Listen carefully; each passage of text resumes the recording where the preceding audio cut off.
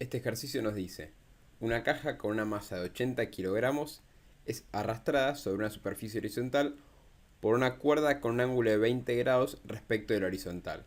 La fuerza de la cuerda es de 100 newtons. Explicar brevemente por qué la caja no se puede encontrar en equilibrio si no hay una fuerza de fricción. Si no hay una fuerza de fricción, nosotros podemos asegurar que hay una única fuerza actuando en el eje X. Y nuestra sumatoria de fuerzas va a ser distinta de cero. Y nuestra condición de equilibrio traslacional decía que únicamente había equilibrio traslacional si la sumatoria de fuerzas era igual a cero. Ahora, existiendo una fuerza de fricción, la caja se encuentra en equilibrio estático. Realizar un esquema donde se muestren todas las fuerzas que actúan en la masa.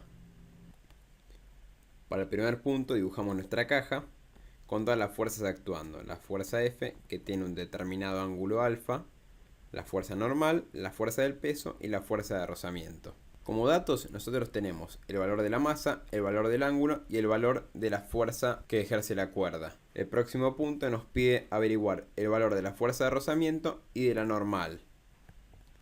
Para eso primero vamos a hacer nuestra sumatoria vectorial de fuerzas.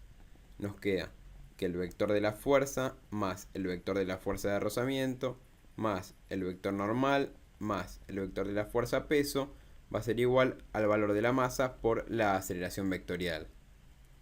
Y de acá vamos a separar y vamos a trabajar en el eje X y en el eje Y. Para poder descomponerlos en X y en Y, primero hacemos el sistema de referencia. Ahora nos queda que la sumatoria de fuerzas en el eje X nos va a quedar más la componente en X de la fuerza de la cuerda, menos la fuerza de rozamiento va a ser igual al valor de la masa por la aceleración. Si el problema nos dice que se encuentra en equilibrio estático, es decir, que no se mueve, la aceleración va a ser igual a cero. Y nos va a quedar que la componente en X de la fuerza va a ser igual a la fuerza de rozamiento. Nosotros sabemos que la componente en X de la fuerza es igual al valor de la fuerza por el coseno del ángulo respecto al horizontal con el cual está aplicada. Y esto va a ser igual a la fuerza de rozamiento. Y si reemplazamos por los valores nos queda 100 newtons, que es la fuerza aplicada, por el coseno del ángulo, que es de 20 grados, nos da 93,9 newtons. Para averiguar cuánto vale la fuerza normal, vamos a hacer la sumatoria de fuerzas en el eje Y.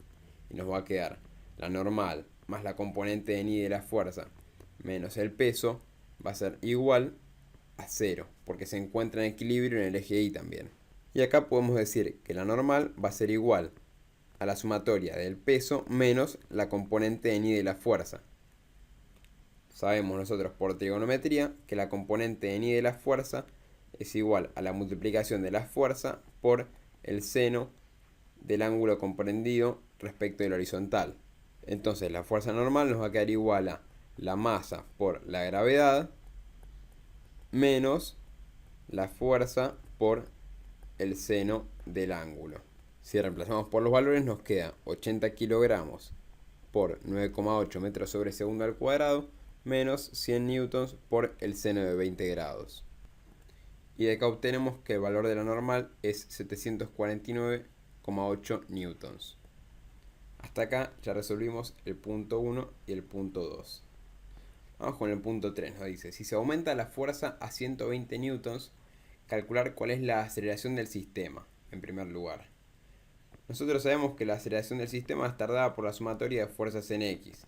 Entonces nos va a quedar que la fuerza en X menos la fuerza de resistencia va a ser igual a la masa por la aceleración del sistema. Si acá despejamos aceleración, nos va a quedar que va a ser igual a la fuerza en X menos la fuerza de rozamiento sobre la masa. Nosotros sabemos que la fuerza X va a estar dada por 120 newtons por el coseno del ángulo. Y si reemplazamos por los valores nos queda 112,7 newtons, que es la fuerza en X, menos la fuerza de rozamiento, que es 20 newtons, sobre 80 kilogramos, nos da que la aceleración es de 1,15 metros sobre segundo al cuadrado. Bien, para el punto 4, que la velocidad final va a ser igual a la velocidad inicial más la aceleración por el tiempo.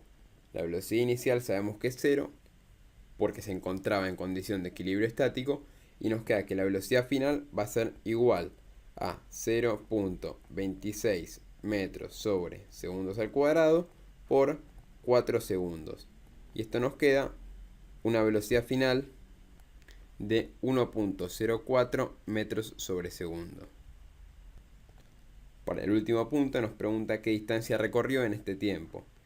Planteamos nuestra variación de posición, va a ser igual a la velocidad inicial por el tiempo, que sabemos que va a ser 0, más un medio de la aceleración por el tiempo al cuadrado. Y acá nos va a quedar, si reemplazamos por los datos, un medio por 0.26 metros sobre segundo al cuadrado por 4 segundos elevado al cuadrado. Y nos da una distancia total de 2.08 metros.